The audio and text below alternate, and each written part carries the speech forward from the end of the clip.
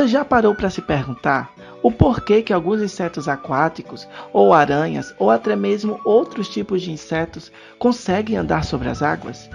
Com certeza, não é um milagre que está acontecendo ali. Existe uma resposta perfeitamente lógica para este fenômeno, e o assunto de hoje é que vai nos dar essa resposta. Então, vem comigo.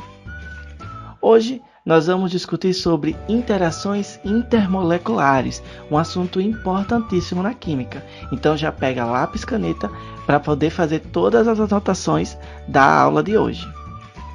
Antes de começar a nossa discussão, alguns conhecimentos prévios são necessários. É necessário que você saiba sobre a eletronegatividade e a polaridade das moléculas. Mas não se preocupe, caso você não saiba, nós vamos dar uma revisada nesses assuntos ainda nesse vídeo.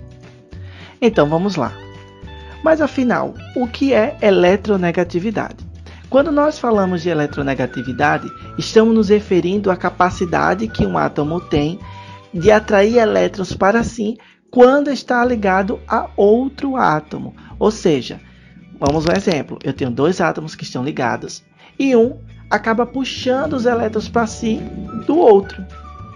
Na tabela periódica, nós vamos observar que essa capacidade que um átomo tem em atrair elétrons para si cresce de acordo com o número atômico. Ou seja, existe um aumento na eletronegatividade de acordo com o número atômico.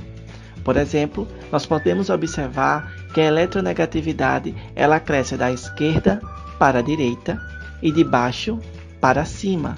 Isso é uma regra, é uma propriedade periódica.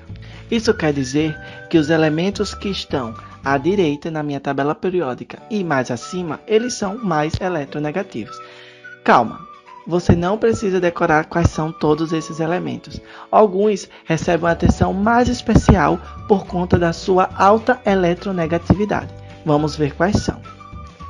Vocês podem observar aí que eu trouxe os 10 elementos químicos mais eletronegativos na tabela periódica.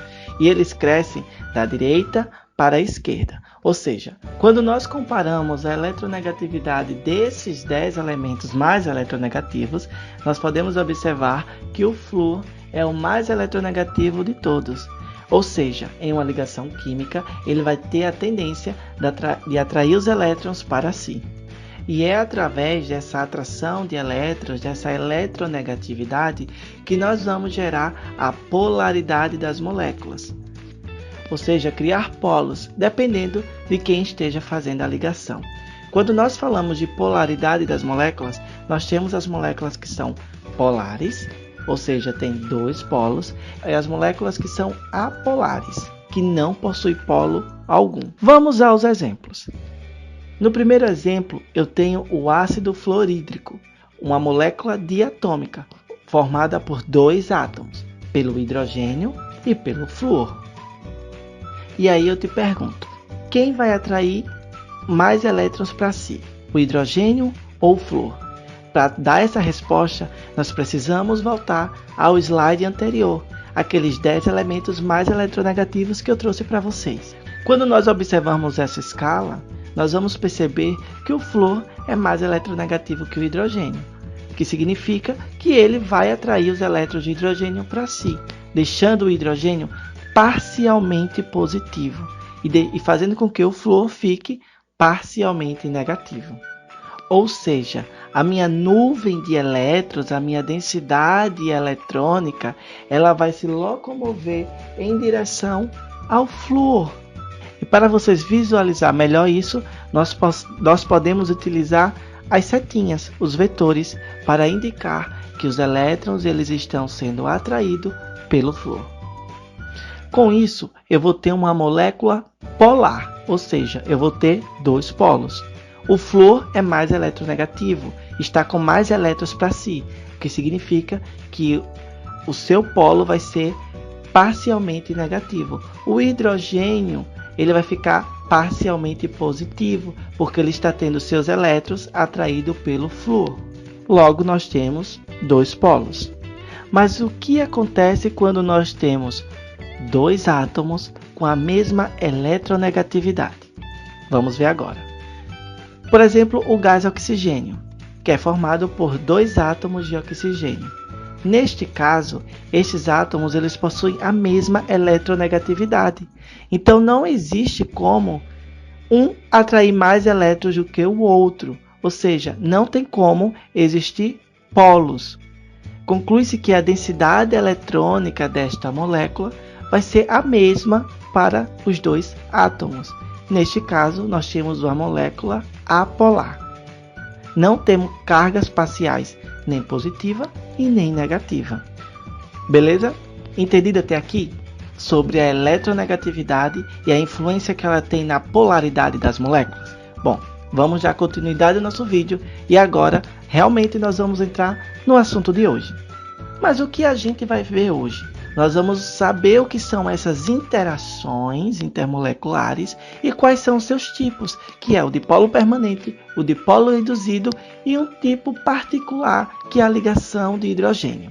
Mas afinal, o que são essas interações intermoleculares? Acredito que o nome já é bem sugestivo. Quando nós falamos de interações intermoleculares, estamos falando de interações que ocorrem entre as moléculas. E essas interações, elas podem ser de dipolo permanente, de dipolo induzido e de ligações de hidrogênio. Existe um outro tipo de interação muito mais forte que as interações intermoleculares, que são as interações interatômicas, que nós não vamos discutir no vídeo de hoje.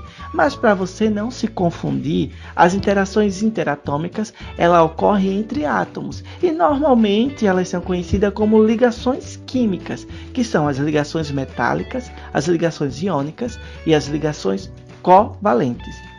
Mas afinal, qual é a diferença de uma interação intermolecular para uma interação interatômica? Vamos ver? Para que uma interação interatômica aconteça, é necessário a quebra e a formação de novas ligações, ou seja, é necessário que exista uma reação. Por exemplo, eu tenho um átomo de hidrogênio, 2 átomos de hidrogênio, se aproximando de um átomo de oxigênio. O gás hidrogênio ele vai ter as suas ligações rompidas, quebradas, para poder formar uma nova substância. Eles vão romper suas ligações, vão se ligar ao oxigênio e vão gerar uma nova substância, que é a água. Para que essa reação aconteça, é necessário um certo nível de energia, um gasto energético. Isso forma uma reação química, uma interação interatômica, ok? Já na interação intermolecular, nós não temos a quebra ou a formação de novas ligações. Essas interações vão acontecer quando uma molécula se aproxima da outra e vai depender muito do seu ângulo e da sua disposição espacial, digamos assim. Por exemplo, nós temos aí uma molécula de água se aproximando de outra molécula de água. Observe que o átomo de oxigênio, como a gente já discutiu, ele é mais eletronegativo. Essa bolinha em vermelho que temos aqui.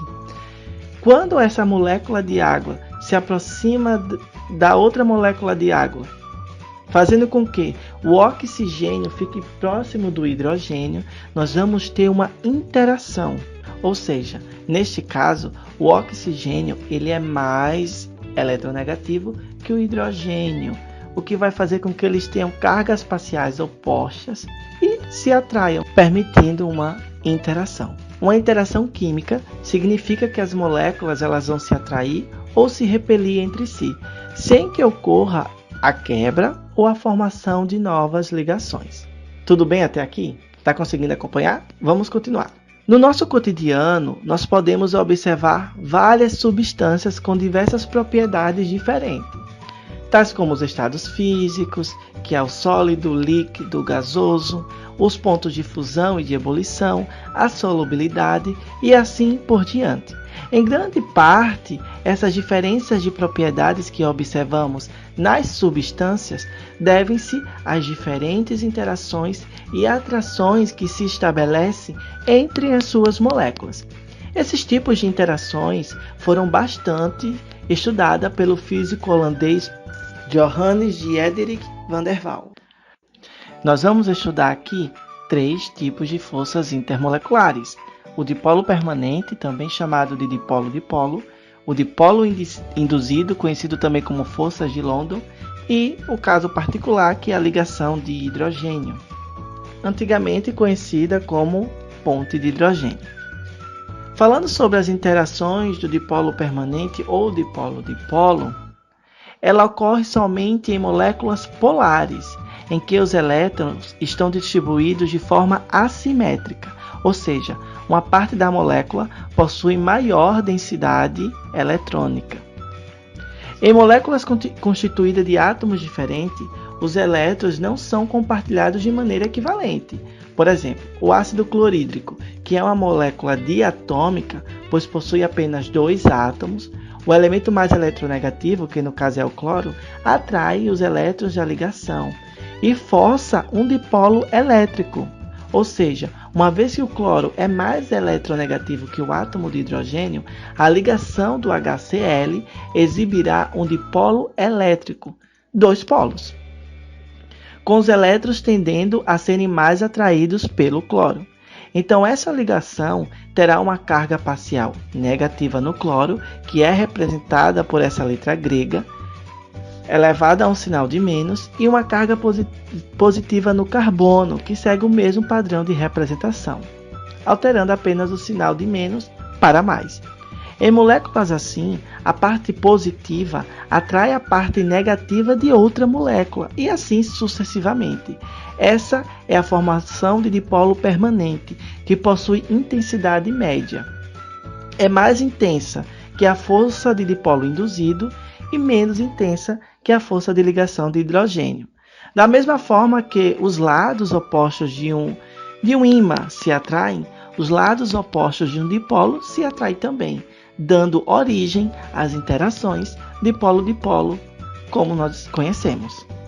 Falando agora sobre o dipolo induzido ou as forças de London, ela ocorre em moléculas polares e apolares, que são aquelas que os elétrons estão distribuídos uniformemente, não havendo um dipolo elétrico na molécula.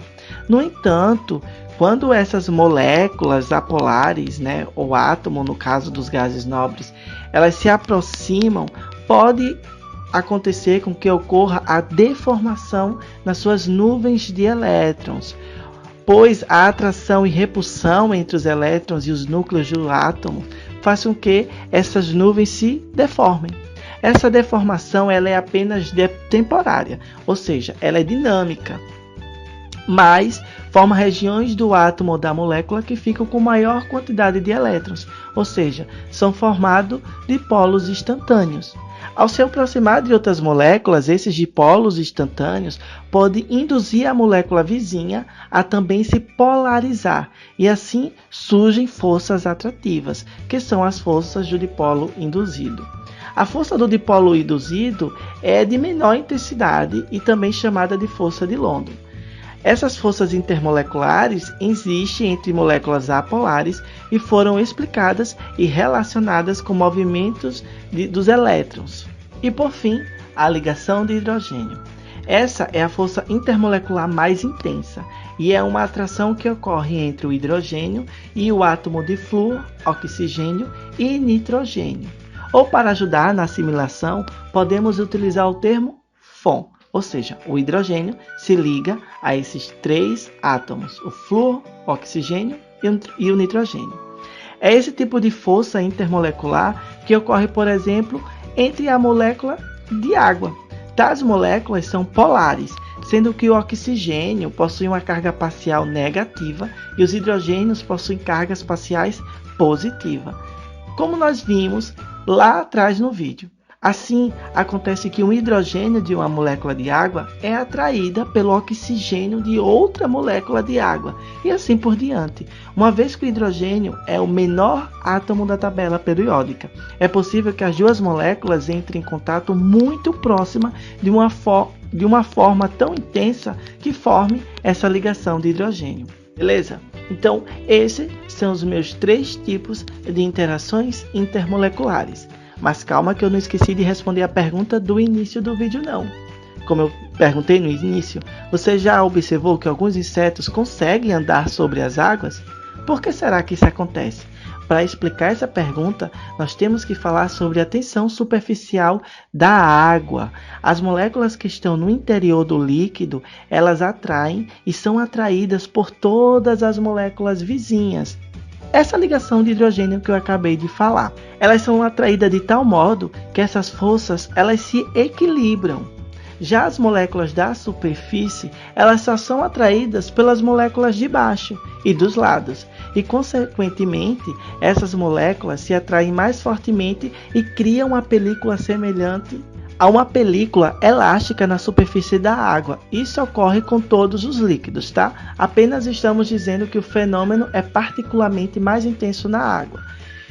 E como esses insetos são mais leves, eles conseguem ficar por cima e andar sobre as águas. E é isso. Muito obrigado por ter ficado até o final do vídeo e até a próxima.